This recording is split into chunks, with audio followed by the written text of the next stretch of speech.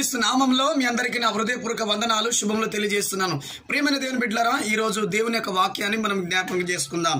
146 కీర్తనలు 7వ వచనం నేను చదువుతున్నాను. బిడ్డలారా, శ్రద్ధగా మీరు వినండి.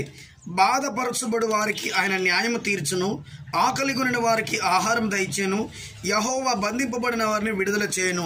ఆమేన్, హల్లెలూయా. దేవుడు ఈరోజు నీకు 3 ఆశీర్వాదాలు ఇవ్వడానికి ఇష్టపడుతున్నాడు.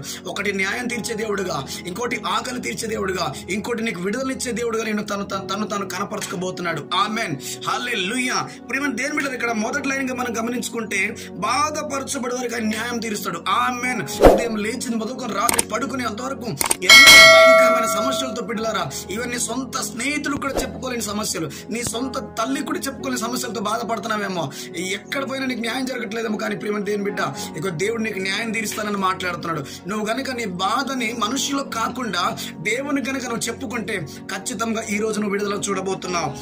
రెండవదిగా ప్రియమైన దేవుని బిడ్డ, ఆకలి కొనిన వారికి ఆహారం దయచేస్తాడంట. ఆమేన్.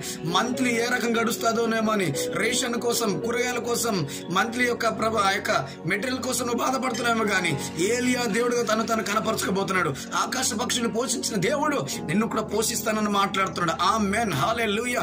ఈ రోజు నీ చేతిలో చిల్లి గవ్వలేదేమో కానీ సహోదరుడా, కడుపులో ఆకలితో ఉన్నావేమో, కానీ దేవుడు మాట్లాడుతున్నాడు, నేను నీ కడుపును నింపబోతున్నాను, దేవుడు నీ ఆకలి తీర్చబోతున్నానని మాట్లాడుతున్నాడు.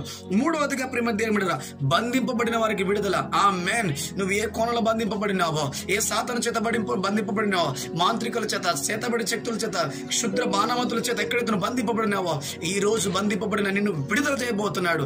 కాబట్టి ప్రియమైన దేవుని, ఈ 3 ఆశీర్వాదాలు దేవునికి ఇవ్వబోతున్నాడు. దేవుని మహాకృపనికి తోడు నడిపించును గాక. ఆమేన్.